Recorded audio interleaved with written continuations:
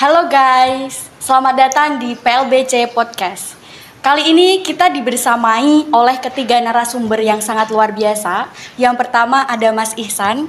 Halo Mas Ihsan, bagaimana kabarnya kali ini? Halo Silvi, alhamdulillah baik. Alhamdulillah. Tadi gimana di jalan Mas? Macet? Alhamdulillah tadi berangkatnya pagi, jadi masih sepi jalan. Oh Masya Allah. Kemudian ada Mas Royan, bagaimana kabarnya Mas Royan? Alhamdulillah baik. Alhamdulillah. Tadi di perjalanannya gimana Mas? Lancar sih soalnya jalan kaki. Oh, sehat, alhamdulillah. Kemudian Mbak Mai Lisa, bagaimana kabarnya Mbak Mai? Tuhan baik. Oh, terus tadi perjalanannya gimana? Lancar tadi saya juga datangnya pagi. Masya Allah, ini pada disiplin semua. Sebelum memulai podcast, izinkan saya untuk memperkenalkan diri terlebih dahulu. Perkenalkan, saya Anissa Silvia yang akan memandu jalannya diskusi menarik pada kesempatan kali ini. Kali ini kita bersama-sama akan berdiskusi singkat dengan tema Gen Z berprestasi bersama inklusi menjadi pioner negeri. Nah, sebelum jauh pembahasan kita, di samping kita telah hadir narasumber yang sangat luar biasa. Yang pertama ada Mas Ihsan Marvel Khairullah. Beliau merupakan pendiri dari SLBIT Alam Asatama yang berada di Kecamatan Cangkringan, Kabupaten Sleman, Daerah Istimewa Yogyakarta. Beliau merupakan lulusan dari S1 Prodi Pendidikan Luar Biasa Universitas Negeri Yogyakarta tahun 2022 dan sekarang menjabat sebagai kepala sekolah di SLBIT Alam Asatama yang beliau dirikan. Kemudian sebelumnya beliau juga sempat mengajar di SLB Tegar Harapan dan TPA Bahrul Ulum. Serta beliau juga sempat menjadi juru bahasa isyarat di Polda DIY pada tahun 2020. Serta beberapa prestasi yang pernah beliau raih.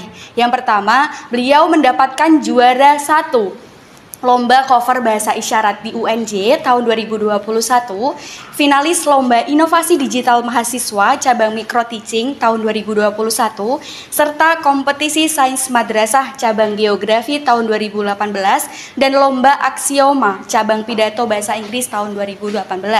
Beliau juga memiliki beberapa penghargaan. Yang pertama, mahasiswa berprestasi Prodi Pendidikan Luar Biasa tahun 2021 serta siswa Madrasah Teladan Nasional tahun 2018. Kemudian narasumber kita yang kedua ada Mas Muhammad Royan Al-Afifi. Mas Royan ini merupakan seorang mahasiswa dari Prodi Pendidikan Luar Biasa Fakultas Ilmu Pendidikan dan Psikologi UNY yang memiliki pengalaman di bidang keolahragaan, khususnya bidang catur dan tenis meja. Prestasi yang pernah beliau raih, beliau mendapatkan juara kedua turnamen catur tunanetra Yaketunis tahun 2018, kemudian juara 2 Paparda pada cabur tenis meja tunanetra tahun 2022 dan juara 3 Paparda pada cabur golbal tahun 2022 serta juara 3 pada kejurda cabur tenis meja tahun 2023 serta narasumber kita yang ketiga ada Mbak Melisa Kurnia Kristiani. Beliau merupakan mahasiswi PLB juga semester 3 dari FIPP UNY. Selama di perkuliahan beliau aktif di organisasi Himpunan Mahasiswa Prodi Pendidikan Luar Biasa dan juga beberapa kali menjadi koordinator divisi. Nah, penghargaan yang pernah Mbak Melisa raih sendiri, beliau merupakan penerima beasiswa Language Community Scholarship paket A oleh Sakola Kita tahun 2020 serta menjadi brand ambassador at Language Community pada tahun 2020 sampai 2021 serta beberapa pengalaman seperti koordinator PDD Fine, koordinator PDD PLB Mengabdi, staf divisi acara season dan penerjemah bahasa isyarat pada PKKMB FIPP UNY TOF pertama. Oke, nah sebelumnya saya yakin pasti teman-teman online di rumah sudah tidak sabar lagi nih mendengar diskusi kita pada kali ini. Oleh karena itu, mari kita langsung mulai saja diskusi dengan tema Gen Z berprestasi bersama inklusi menjadi pioner negeri. Nah, sesi pertama dalam podcast kali ini saya ingin bertanya kepada Mas Ihsan terlebih dahulu nih Mas. Nah, Mas, apa sih Mas itu inklusivitas dan bagaimana inklusivitas itu dipandang oleh Mas Ihsan nih sebagai ahli yang dalam kesehariannya tuh inklusif lah gitu bersama anak-anak disabilitas seperti itu. Monggo silahkan Mas Ihsan. Gini Silvi, sebenarnya kalau untuk dibilang ahli itu belum ya, saya juga agak itu belum confident kalau untuk dibilang sebagai ahli. Mungkin sebagai praktisi aja ya. Kalau ahli mungkin Bapak Ibu dosen. Kalau saya mungkin sebagai praktisi saja. Kalau saya memandang inklusi itu sebenarnya sebuah praktik, sebuah paradigma, sebuah pemikiran di mana itu kita berusaha untuk menghindari marginalisasi. Jadi kita menghindari marginalisasi, pengucilan, atau mungkin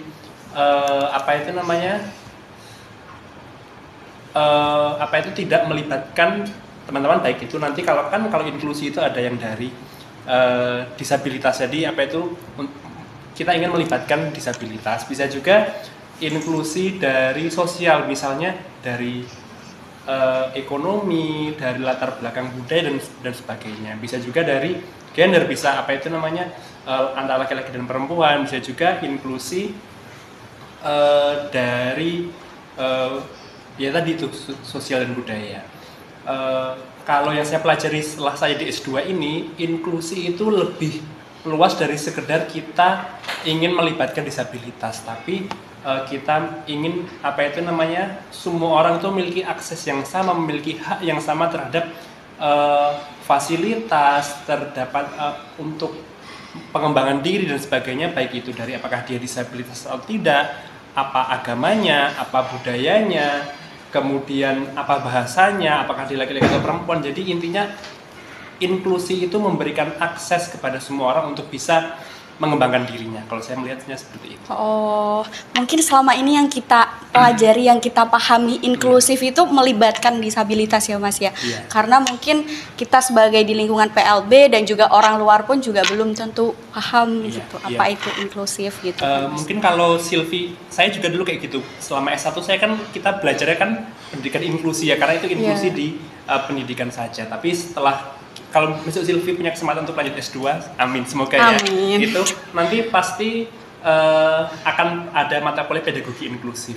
Nah, di pedagogi inklusif itu nanti kita akan belajar bahwa inklusif itu tidak sekedar hanya di bidang pendidikan saja, tapi di berbagai aspek. Dan itu tidak hanya kita khususkan pada disabilitas saja, tapi juga pada kaum-kaum yang termarginalisasi, seperti yang orang dengan ekonomi yang kurang mampu, atau mungkin orang dengan budaya yang berbeda, bahasa yang berbeda, atau juga mungkin agama yang berbeda, dan laki-laki atau perempuan intinya semuanya memiliki hak yang sama. Gitu. Berarti sebenarnya inklusi itu kompleks ya Mas. Hanya saja kita yang di bidang pendidikan, jadi pemahaman kita inklusi itu ya melibatkan disabilitas seperti itu. Kemudian saya pindah kepada Mbak Melisa sebagai orang yang berada di lingkungan inklusif nih. Bagaimana tanggapan Mbak sebagai orang yang berada di lingkungan inklusif memandang inklusivitas itu sendiri? Baik, sebelumnya terima kasih atas kesempatannya. Kalau dari saya, inklusif itu mungkin pada awalnya juga ketika sebelum menerima mata kuliah pendidikan inklusi itu, dari yang saya baca itu memang tidak hanya untuk disabilitas. Jadi awalnya dari tanpa kita sadari itu dari kecil kita berteman dengan berbagai macam teman-teman, mungkin dari beda agama, beda ras dan suku, itu sebenarnya juga ada termasuk inklusi, nggak cuma dari disabilitas. Dan ketika udah masuk ke satu dan belajar inklusi, memang yang lebih banyak ditonjolinya ke arah disabilitas itu, dan saya baru belajar dan juga mungkin secara nggak langsung benar-benar berpraktik langsung, karena kita teman kelasnya juga ada yang disabilitas, atau misalnya kita bertemu dengan anak-anak disabilitas untuk memenuhi mata tugas, itu benar-benar membuat saya jadi kayak, oh ini loh caranya kita bisa terbuka, kita bisa tidak asal judgmental, kita bisa untuk sama-sama menghargai apa yang memang menjadi ciri khasnya mereka atau menjadi sesuatu yang memang mereka miliki, dan kita juga tidak bisa untuk gitu. Mungkin itu yang bisa. Oh, baik, mungkin sepengalaman kita sebagai mahasiswa ya Mbak ya. Jadi inklusif ya kita mandangnya sebagai pendidikan karena kita di dalam pendidikan, seperti itu ya Mbak. Kemudian ada Mas Royan. Mas Royan ini yang merasakan langsung nih inklusivitas ini. Nah, di dalam lingkup kehidupan ini bagaimana menurut pandangan Mas Royan terkait inklusivitas? Seperti itu Mas. Oke, terima kasih Mbak Silvi atas kesempatannya. Eh, Mungkin saya ini ambil perspektifnya dari itu ya, dari disabilitas. Kalau Mbak Melisa sama Mas Ihsan tadi kan inklusi secara umum. Tapi kalau saya dari sisi disabilitasnya. Kalau menurut saya inklusivitas itu lebih ke kemampuan kita sebagai disabilitas untuk mampu agar bisa dianggap setara, bukan hanya dianggap, agar bisa setara dengan masyarakat umum. Kita tuh sebagai disabilitas jangan selalu mengharapkan pemakluman gitu. Kita tuh harus mampu juga untuk memaksimalkan aspek lain dalam diri kita. Misalnya anak dengan hambatan penglihatan ini ya, anak dalam hambatan penglihatan itu harus mampu untuk memaksimalkan pendengarannya agar dia dapat menerima informasi sebanyak-banyaknya. Begitu juga anak dengan hambatan pendengaran, mereka juga harus bisa memanfaatkan aspek penglihatannya atau indera penglihatannya agar bisa mengumpulkan informasi sebanyak-banyaknya. Mungkin menurut saya seperti itu sih Mbak. Oke, baik Mas. Berarti ada hal yang menarik nih yang saya dapat dari Mas Royan. Berarti untuk disabilitasnya sendiri itu kalau bisa tuh jangan mengharapkan pemakluman dari sekitar ya Mas ya. Iya. Mungkin lebih ke memaksimalkan potensi dirinya sendiri Iya. gitu ya Mas ya. Oke, baik. Untuk selanjutnya pertanyaan yang kedua nih kepada Mas Ihsan.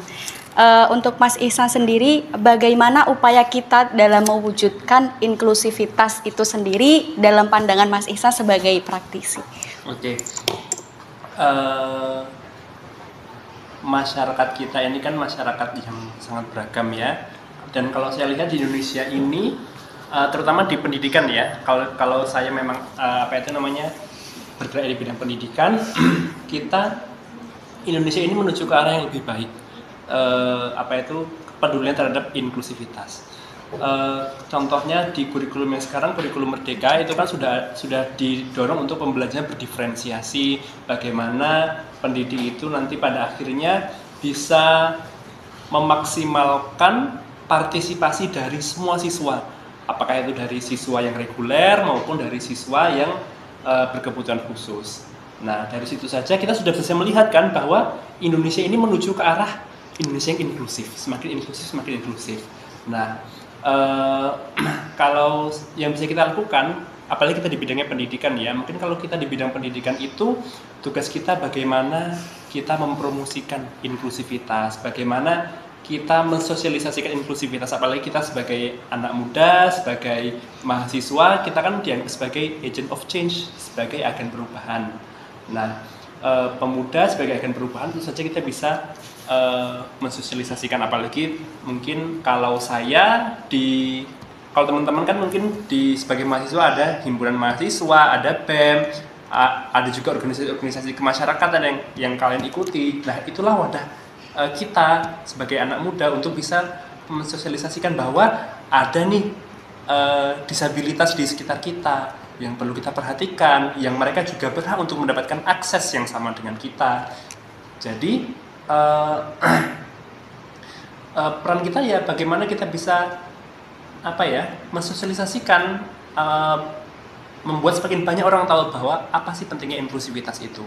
Kalau saya sebagai kalau sekarang sudah tidak masih sih, cuman saya lebih banyak di profesi saya sebagai guru, jadi saya lebih banyak organisasinya itu di keprofesian kayak PGRI, kemudian MKKS dan sebagainya. Karena lingkup saya sekarang guru-guru semua. Nah, bagaimana saya semakin menyebarkan pemahaman bahwa ke guru-guru yang bukan guru ISLB ya, bahwa siswa yang berkebutuhan khusus juga berhak untuk mendapatkan akses terhadap pembelajaran, bahwa guru-guru di sekolah reguler mereka juga harus memperhatikan bahwa anak-anak yang berkebutuhan khusus juga harus bisa ikut berpartisipasi. Mereka juga memiliki kelebihan, mereka juga memiliki potensi. Di samping walaupun mereka ada keterbatasan, tapi mereka juga memiliki potensi. Contohnya seperti Mas Royan tadi. Kalau Mas Royan misalnya gurunya tidak perhatian dengan Mas Royan, kalau misalnya tidak tidak perhatian, tidak memberikan akses, tidak memberikan kesempatan bagi Mas Royan, kan tidak mungkin Mas Royan bisa berkembang sampai memiliki prestasi yang banyak seperti sekarang ini. Nah, bagaimana kita guru-guru itu perlu semakin aware terhadap teman-teman yang memiliki disabilitas atau mungkin teman-teman yang memiliki bahasa yang berbeda, latar belakang ekonomi yang berbeda. Kan kasihan kalau misalnya anak memiliki potensi, tapi karena latar belakang ekonominya yang tidak bisa untuk mengakses pendidikan, akhirnya terhenti kesempatannya itu. Nah, jadi kalau saya, peran kita ya kita mengkampanyekan bahwa inklusivitas itu penting untuk bisa membangun Indonesia ke arah yang lebih baik. Oke, berarti peran kita ini itu untuk mensosialisasikan ya Mas, bagaimana inklusivitas ini bisa terwujud nantinya ke depannya. Nah, kalau dari kita mungkin yang lingkungan pendidikan luar biasa ini kan sudah tidak awam dengan inklusivitas, tetapi orang yang di luar PLB, mungkin orang yang di luar pendidikan luar biasa, luar lah intinya tuh awam dengan inklusi. Nah, itu bagaimana sih Mas? Kayak memberikan edukasi terkait urgensi inklusivitas itu sendiri tuh bagaimana gitu Mas? Kalau saya menyampaikan saja apa itu gini, di Pancasila itu kan sudah tertulis bahwa keadilan sosial bagi seluruh rakyat Indonesia. Nah, berarti setiap orang, apakah dia disabilitas atau tidak, apakah dia laki-laki atau perempuan, apapun agamanya, apapun warna kulitnya, apapun latar belakang sukunya, budayanya, mereka semua memiliki hak yang sama. Apakah itu dari akses pendidikan, pekerjaan, hak untuk mengembangkan diri, apapun itu. Jadi, yang perlu saya sampaikan bahwa mereka itu juga manusia, terlepas perbedaan apa yang ada dalam diri mereka, apapun keterbatasan mereka, mereka juga manusia yang mereka memiliki hak asasi. Jadi, ya itu saja yang saya sampaikan. Kita sebagai manusia harus memiliki rasa kemanusiaan terhadap semua orang di sekitar kita. Oke, baik. Wah, sangat menarik sekali ya Mas. Ternyata manusia ini tuh punya hak asasi yang seharusnya tuh diperlakukan sama, di treat lah, aware dengan sekitar seperti itu. Dan juga tadi ada nih poin yang sangat menarik, sila kelima, yaitu keadilan sosial bagi seluruh rakyat Indonesia. Ingat ya teman-teman. Kemudian ada Mas Royan, bagaimana tanggapan Mas Royan nih tentang hal ini? Apakah inklusivitas ini itu suatu keharusan yang wajib ada di kehidupan kita, atau sebenarnya tuh inklusif tuh nggak apa-apa ya kalau kita menormalisasikan gitu, kalau ya udah biasa gitu, atau bagaimana Mas? Kalau menurut saya itu inklusi ini harus ada ya dalam kehidupan sehari-hari. Soalnya kan disabilitas kan juga, ini mungkin lompat ya bahasanya. Disabilitas kan juga membutuhkan pekerjaan yang layak bagi mereka untuk memenuhi kebutuhannya. Nah, masyarakat umum yang inklusi itu sangat dibutuhkan untuk mencapai hal ini. Soalnya seringkali disabilitas tuh kurang diberi kepercayaan untuk melakukan pekerjaan-pekerjaan tertentu, itu kurang diberi kepercayaan. Nah, dengan hadirnya inklusivitas ini mungkin bisa lebih meningkatkan kepercayaan masyarakat umum terhadap disabilitas. Nah, sebaliknya disabilitas itu seperti yang saya bilang tadi juga harus bisa menyetarakan diri dengan masyarakat atau dengan lingkungan sekitarnya. Bukan hanya dianggap setara ya. Soalnya kalau dianggap setara kan sebenarnya belum setara, tapi cuma dianggap setara gitu. Ini harus bisa menyetarakan diri agar bisa melakukan pekerjaannya dengan maksimal gitu. Nah, selain itu kan tadi kan sempat disenggol kan terkait hak asasi manusia. Pemenuhan kebutuhan kan juga termasuk ke dalamnya. Disabilitas itu juga memiliki hak tersebut gitu. Menurut saya seperti itu sih, Mbak.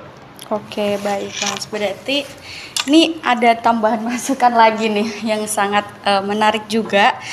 Kalau disabilitas tuh ya teman-teman, itu juga butuh pekerjaan yang layak, dan juga disabilitas tuh harus menyetarakan diri, karena selama ini disabilitas itu kurang diberi kepercayaan. Banyak disabilitas kita yang potensinya itu tidak diberdayakan, jadinya tuh sia-sia gitu. Maksudnya tuh hidupnya ya tidak mendapatkan pekerjaan dan hanya apa ya istilahnya tuh hidup sekadar hidup gitulah mungkin. Oke, kemudian untuk Mbak Mailisa, mungkin Mbak Mailisa bisa menanggapi dari sudut pandang Mbak Mailisa sebagai mungkin Mas Ihsan sudut pandangnya seperti ini, Mas Royan sudut pandangnya seperti ini, mungkin Mbak Mailisa bisa menanggapi. Oke, saya coba tanggapin dari sudut pandang mahasiswanya ya, mahasiswa yang belajar dan mahasiswa yang juga berpraktek untuk inklusi.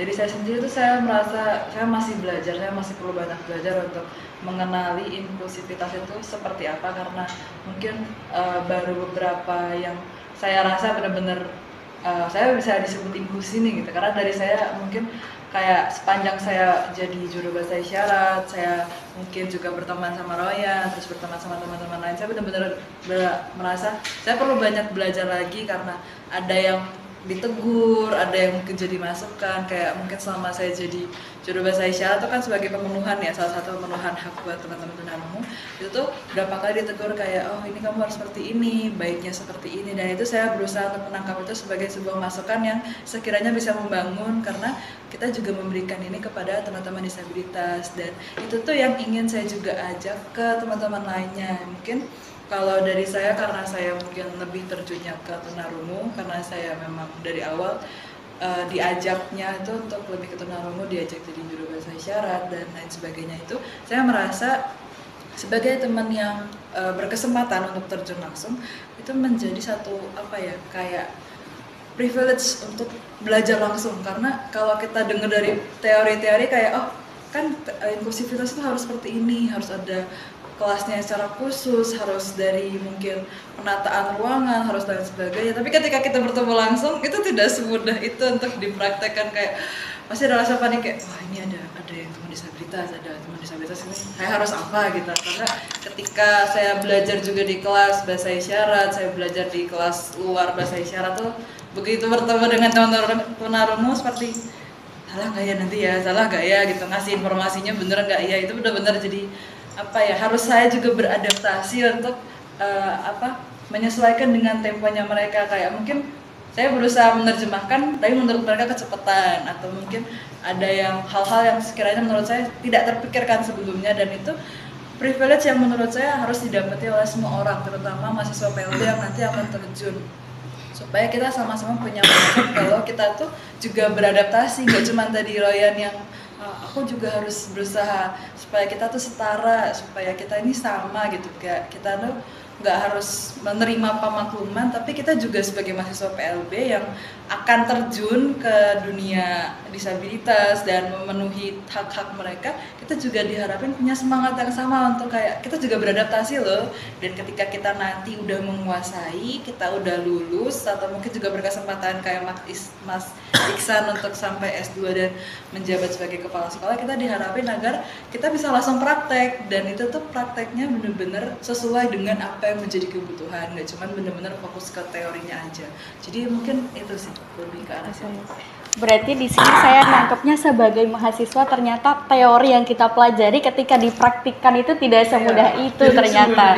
Dan juga ada satu pesan nih dari Mbak Melisa. Jadi tidak hanya disabilitas yang butuh pemakluman, tapi kita sebagai orang yang non disabilitas istilahnya lah, itu harus tahu cara men-treat lah gimana cara makluminya seperti itu. Oke, baik teman-teman. Setelah tadi kita bersama-sama membahas mengenai apa itu inklusi dan kenapa harus inklusi, sekarang kita akan mulai membahas yang pertama tuh bagaimana upaya kita dalam mewujudkan inklusivitas. Pertanyaan ini akan dijawab oleh ketiga narasumber kita. Boleh silahkan siapa saja yang mau menjawab, saya persilahkan. Siapa? Royan dulu kayaknya. Masih kayaknya.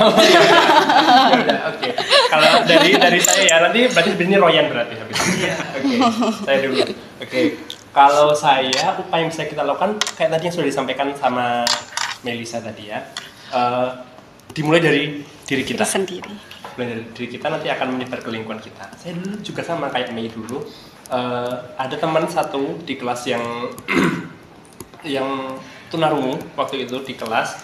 Nah, waktu itu saya yang punya kesadaran untuk membimbing teman kita sekelas itu namanya Fadli dulu, sudah lulus sekarang. Yang punya kesadaran hanya 2 orang, saya dan salah satu teman saya di kelas. Nah, akhirnya kita berdiskusi. Fadli ini di kelas dia tidak bisa memahami apa yang disampaikan oleh dosen. Nah, karena mungkin di PowerPoint-nya mungkin visualisasinya kurang jelas, kemudian dosennya juga yang ketika berbicara mungkin kadang-kadang kan karena banyak anak di kelas, jadi mungkin apa itu namanya ketika menjelaskan mungkin tidak bisa diakses oleh Fadli waktu itu kan. Jadi kalau itu kita berdiskusi gimana nih caranya biar dia tetap bisa paham apa yang disampaikan dosen. Sedangkan di sisi lain kita juga perlu nih untuk memahami apa yang dosen sampaikan. Kalau misalnya kita kadang-kadang terbagi fokusnya kan kita nggak paham kan ya gitu. Nah akhirnya kita mulai apa itu namanya tiap kali dosen menjelaskan kita jadi juru bahasa isyarat buat teman kita satu itu di kelas yang tunarungu. Nah kemudian lama-kelamaan kita ajak tuh beberapa teman-teman yang memang mau, sampai kita buat kayak jadwal piketnya gitu. Jadi satu orang nanti di sebelah kanannya jadi mengisyaratkan buat si Fadli ini, kemudian di sebelah kirinya Fadli nanti yang membuat catatan. Jadi karena kita yang mengisyaratkan nggak bisa nyatet kan ya, jadi kita akhirnya di-copyin catatan dari yang tugas untuk membuat catatan itu, dan itu berjalan sampai Fadli lulus, sampai kita mendampingi dia skripsi sampai akhirnya dia lulus, dan alhamdulillah sekarang dia sudah kerja. Nah dari situlah akhirnya dosen-dosen itu melihat, oh mahasiswa saja peduli sama si teman ini, apalagi bapak ibu dosen memang berkewajiban untuk mendidik mahasiswa kan ya. Jadi akhirnya mulai saat itu dari dosen kemudian ada beberapa yang kemudian memberikan akses, contohnya misalnya di soal waktu itu masih masa pandemi, jadi soal UASnya itu pakai Google Form, tapi di soalnya itu ada video juru bahasa isyaratnya. Jadinya soalnya itu di atasnya ada apa itu, ada video juru bahasa isyaratnya. Jadi sifat teman kita yang tunarungu ini akhirnya bisa mengakses. Nah, jadi kalau misalnya lingkungan sekitar kita belum peduli, minimal mulai dari kita dulu yang peduli, nanti lama-lama sekeliling kita akan mengikuti. Oke, seru sekali ya Mas ya ternyata. Nah ini tuh keren banget teman-teman. Jadi ternyata mewujudkan inklusivitas itu bisa dengan kreativitas kita sendiri dan dimulai dari diri kita sendiri agar teman-teman lain itu mengikuti dan juga mensosialisasikan. Inklusif itu ternyata tuh enak loh, maksudnya tuh kalau dirasakan tuh jadi tuh perbedaan itu tidak menjadi apa ya, sekat, tapi perbedaan itu justru indah seperti itu. Mungkin kemudian dari Mas Royan. Oke, terima kasih Mbak Silvi atas kesempatannya. Mungkin yang pertama itu tadi yang sudah saya jelaskan ya, ini terkait usaha disabilitas untuk menyetarakan diri. Yang kedua itu pemberian fasilitas. Nah, pemberian fasilitas ini gunanya buat mengakomodasi dukungan, mengakomodasi hambatan siswa tersebut, hambatan disabilitas. Misalnya penyediaan buku elektronik buat tunanetra. Nah itu tuh buat biar mereka tuh memiliki, bisa mengakses gitu ya. Ya bisa mengakses informasi lebih banyak lagi gitu. Dan berarti itu kayak kalau misalnya nih Royan ketinggalan atau apa tuh bisa dibaca kembali. Iya, dibaca kembali melalui gadget yang telah dimiliki itu. Okay. Mungkin fasilitas yang lain bisa bisa mengakomodasi anak tunarungu, mungkin Mas Ihsan bisa lebih. Iya.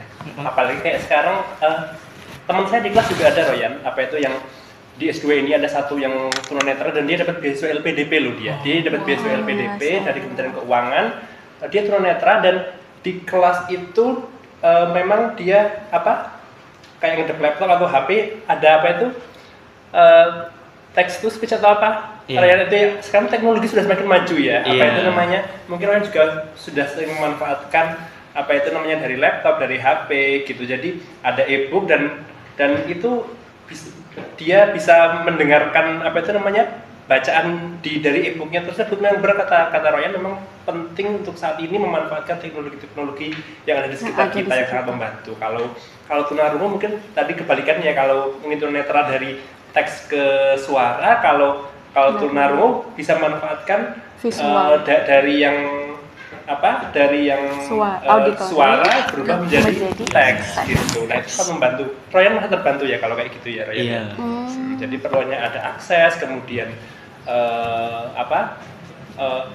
masyarakat yang mendukung, kemudian pemanfaatan teknologi juga sangat penting. Kalau menurut saya begitu.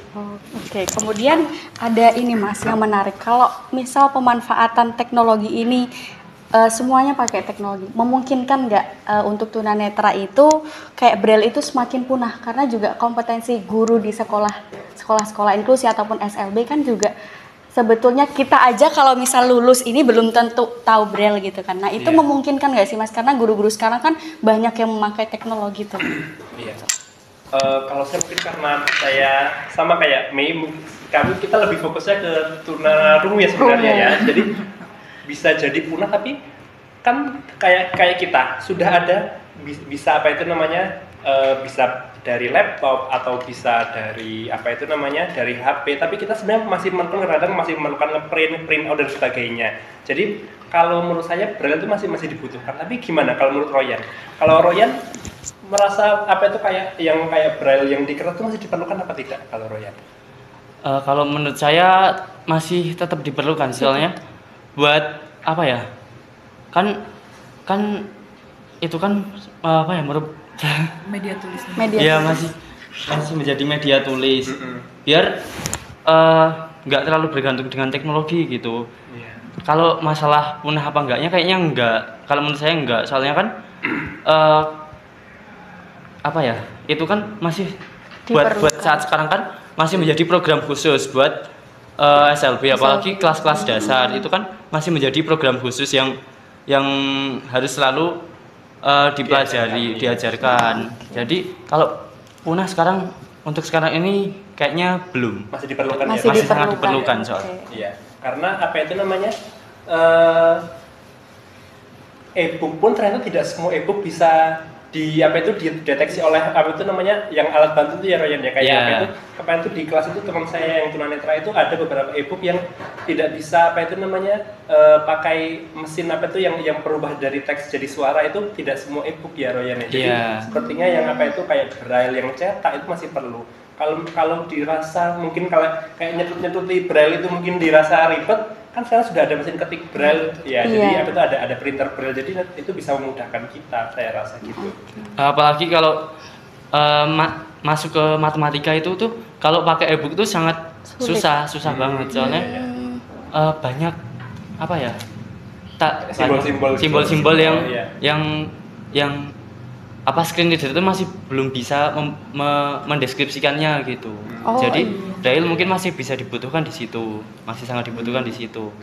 Menurut pengalaman Mas Royan sendiri ketika di SLB itu apakah itu diterapkan, maksudnya tuh apakah guru-guru itu memiliki kompetensi yang diterapkan untuk anak sendiri atau bagaimana Mas?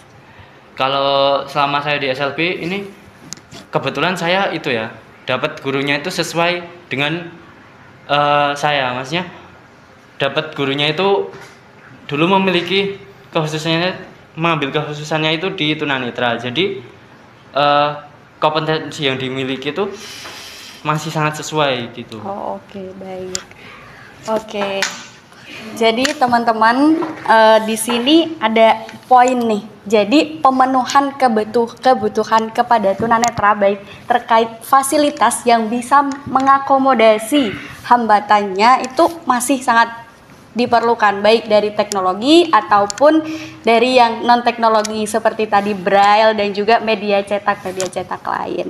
Oke, kita lanjut ke pertanyaan selanjutnya sesuai tema kita nih Mas dan Mbak. Jadi tema kita kan Gen Z berprestasi bersama inklusi menjadi pioner negeri. Jadi harus ada membahas Gen Z-nya dong. Jadi menurut Mas, pertama dari Mas Ihsan sendiri. Nah, apa sih Mas peran Gen Z yang bisa dapat membantu mewujudkan ruang inklusi di masyarakat? Saya sebenarnya nggak tahu ya, saya tuh masih masuk Gen Z Gen Z. apa kayaknya udah tua juga. Jadi kalau kita mungkin sebagai anak muda ya, kalau kita sebagai anak muda itu kan sekarang anak muda itu erat sama yang namanya sosial media. Nah, kalau yang saya sampaikan tadi peran kita kita itu semua adalah duta dari inklusi. Kan kita mahasiswa PLB semua ya, kita duta dari inklusi semua dari kita. Kita yang memiliki kewajiban untuk mengkampanyekan bagaimana agar lingkungan kita bisa inklusi begitu.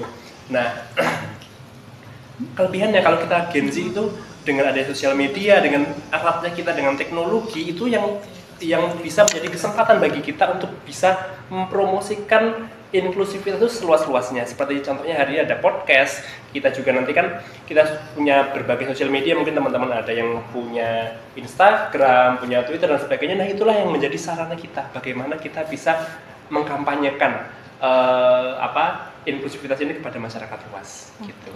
Baik Mas, nah tapi justru kan ada pendapat tuh yang gini Mas, jadi Gen Z itu generasi yang praktis, jadi apa-apa tuh sudah ada gitu. Misal kalau mau nganu tuh udah ada aplikasi-aplikasi misal ChatGPT atau apa seperti itu Mas. Nah menurut pandangan Mas Ihsan sebagai mungkin generasi yang sebelumnya Gak apa saya menerima itu. mungkin melihat Gen Z yang sekarang dan juga disabilitasnya tuh bagaimana Mas gitu mungkin. Kalau saya sebagai yang karena saya di sekolah, saya bertemu dengan banyak generasi di sekolah, kan ada yang generasi yang tua, ada yang generasi muda. Nah, kalau saya melihat Gen Z ini memang betul tadi pengennya serba praktis kayak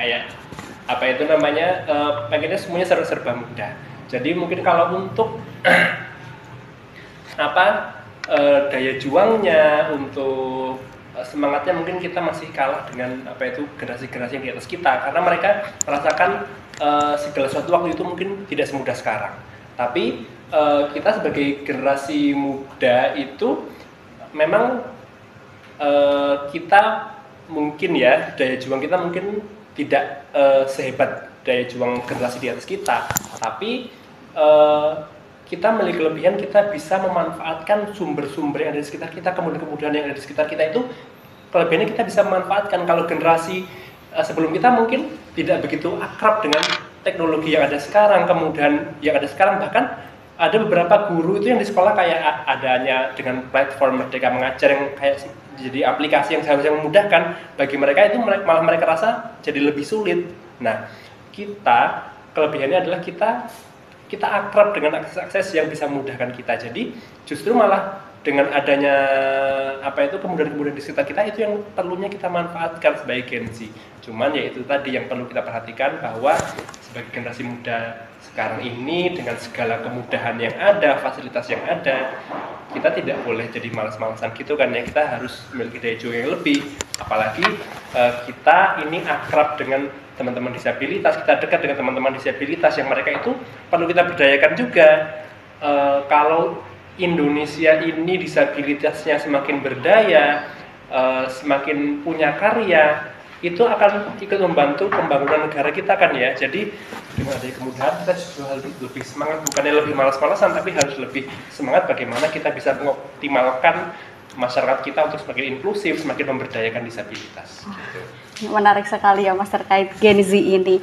Kemudian dari sudut pandang Mas Royan nih, kan di sini temanya kan Gen Z yang berprestasi nih Mas. Nah, prestasi seperti apa sih Mas yang dapat diperoleh dari mungkin anak-anak disabilitas Gen Z dalam usahanya membangun negeri? Kan seperti yang disampaikan tadi Mas Ihsan tuh, Gen Z sekarang tuh daya juangnya tuh rendah gitu.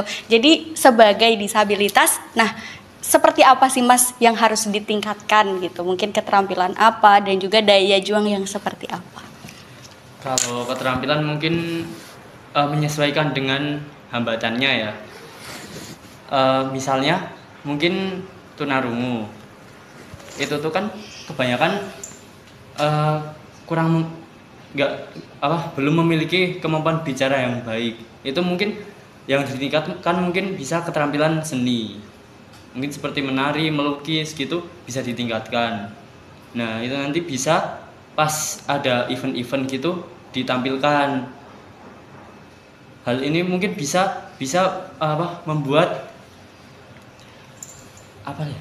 Bisa berkarya gitu ya. Iya, bisa Mengoptimalkan Apa potensi. yang mereka punya potensinya gitu. Iya, bisa mengoptimalkan potensinya gitu. Oke. Namun jika misalnya hambatan penglihatan gitu, mungkin bisa meningkatkan kemampuan bicaranya, biar public speakingnya, biar mungkin nggak kayak saya ini terbata-bata. Mas Royan sudah bagus kok public speakingnya kok. Tadi prestasinya Kita kan nampilin bidang podcastnya LBJ. Prestasinya Mas Royan di bidang olahraga keren. Ini mumpung udah disenggol sama Mbak Melisa, mungkin bisa meningkatkan kemampuannya dalam bidang olahraga. Mungkin berkompetisi di taraf nasional atau bahkan internasional kan bisa membanggakan atau membuat negara kita Indonesia ini kan dipandang oleh negara lain. Gitu. Mungkin kalau menurut saya seperti itu sih. Wah keren sekali ya ternyata ya teman-teman. Jadi disabilitas ini tuh bisa khususnya Gen Z ya, harus bisa mengoptimalkan potensi diri yang dia punya seperti itu. Kemudian dari sudut pandang Mbak Melisa nih terkait pernyataan dari Mas Ihsan dan juga Mas Royan, mungkin ada yang ingin disampaikan? Oke, jadi menarik banget yang dibahas dari Mas Ihsan, terus dari Royan sendiri. Jadi saya jadi penengah di sini ya, sebagai mahasiswa dan juga mahasiswa yang ini. Dan itu menurut saya itu menarik banget karena tadi sempat disinggung juga dari Mas Ihsan mengenai yang tadi kalau misalnya kita ini apa ya istilahnya tuh punya kemudahan, punya apa ya kelebihan untuk menyesuaikan diri dengan teknologi. Terus tadi juga sempat disinggung mengenai daya juang. Kalau dari yang saya perhatiin sebenarnya faktor daya juang itu kan dipengaruhi masing-masing ya. Gimana dia tumbuh, gimana dia berpikir, gimana cara orang tua mendidiknya. Nah, di sini tuh yang menjadi menarik adalah perbedaan dari setiap generasi itu. Jadi bagaimana setiap generasi mampu menghadapi apa yang menjadi tantangannya. Kalau dari saya sendiri selama saya bertumbuh mungkin dari kecil sampai sekarang, mungkin dari yang awalnya berpikir kayak apa sih itu inklusif itu apa gitu, ataupun prestasi itu apa, kenapa kita harus berprestasi, dan bagaimana memunculkan niat untuk berprestasi itu juga merupakan proses yang baiknya tuh dialami semua orang. Kadang tuh orang berpikir kayak kenapa sih harus berprestasi, kenapa sih harus apa ya namanya, kita harus benar-benar nge-push diri kita untuk ini gimana, kenapa sih kita harus memenuhi standar-standar itu. Karena kan mungkin memang Gen Z ini terlihat apa ya daya juangnya rendah, karena dari yang saya tangkap itu tuntutannya juga semakin banyak, sumber daya alam semakin menipis, tuntutannya semakin banyak, kita juga jadinya tanggung jawab sebagai pemimpin di masa depan juga ada di tangan kami gitu. Padahal ada tantangan-tantangan lainnya yang mungkin itu membuat kita tuh jadinya ciut mungkin, atau mungkin ngerasa kayak kayaknya ini berat banget, kayaknya kita ini jadinya kita mencari hal-hal yang praktis. Sebenarnya itu salah satu wujud kita berusaha beradaptasi. Oh mungkin kita nggak bisa sekuat dulu yang kalau misalnya apa-apa langsung fisik tegurannya, atau mungkin dulu tuh kita harus bertani, harus berjalan jauh. Mungkin sekarang itu terasa lebih itu, tapi kalau misalnya teman-teman perhatiin, kita tuh punya ciri khas yaitu kita tuh berusaha untuk bertahannya itu dengan kita mengembangkan dari yang lain. Kalau saya perhatiin misalnya kita dulu dari fisik itu tegurannya. Kalau sekarang itu mungkin secara mental, secara itu tuh kita tuh bisa kayak lebih mempelajari lebih lanjut lagi. Jadi kita dari atas menerima, dari bawah menerima, kita tuh jadi punya sudut pandang yang lebih luas. Kita kayak oh seperti ini kah, seperti ini, dan itu tuh membuat kita tuh jadi mungkin terlihatnya lambat. Tapi kalau teman-teman perhatiin, bagi teman-teman yang berproses kayak saya sendiri, mungkin juga termasuk orang tua yang diktator, kayak kamu dulu tidak merasakan jalan kaki berjauh-jauh kilometer untuk sekolah. Itu saya mulai menangkap bahwa mereka tuh bukan ingin memarahi kita, tapi ingin melihat bahwa kamu tuh punya peluang yang lebih mudah, dan itu tuh satu hal yang mungkin masih dipelajari gitu, masih perlu waktu untuk dipelajari.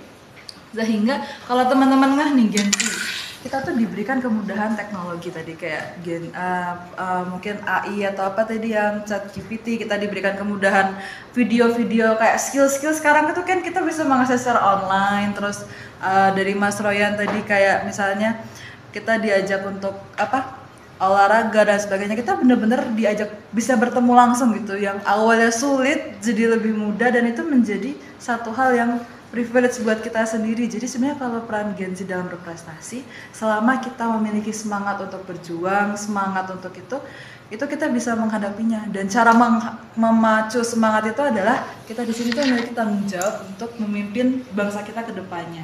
Kita memiliki rasa untuk kayak, oh nanti kita masih hidup untuk berpuluh-puluh tahun ke depan. Kita masih memiliki mimpi untuk ke depannya. Kita mau hidup di Indonesia yang seperti apa, kita mau itu, dan itu tuh menjadi landasan kenapa kita mau berprestasi. Mungkin kalau dari Mas Royan tadi tuh kan benar-benar merasa kayak, oh mungkin saya kurang dalam hal penglihatan, tapi saya bisa memaksimalkan dalam keolahragaan. Begitu juga kita Gen Z. Mungkin kita tidak sekuat fisiknya seperti generasi sebelumnya, atau mungkin secara intelektual atau apa, tapi kita punya semangat dan kita punya kemudahan-kemudahan lainnya yang menjadi patokan kita untuk berprestasi lagi. Kalau misalnya kita berprestasi, itu bukan hanya pemenuhan dari ekspektasi orang lain, tapi ketika kita berprestasi, kita menunjukkan bahwa kita deserve, kita memiliki kesempatan untuk itu, dan itu satu hal yang menjadi nilai diri kita di masa yang akan datang. Mungkin itu. Oke, baik Mbak Mai, penutup yang sangat luar biasa ya. Oke teman-teman, baik, setelah kita berbincang panjang lebar dalam podcast PLBC ini, kali ini sudah tiba dalam penghujung acara.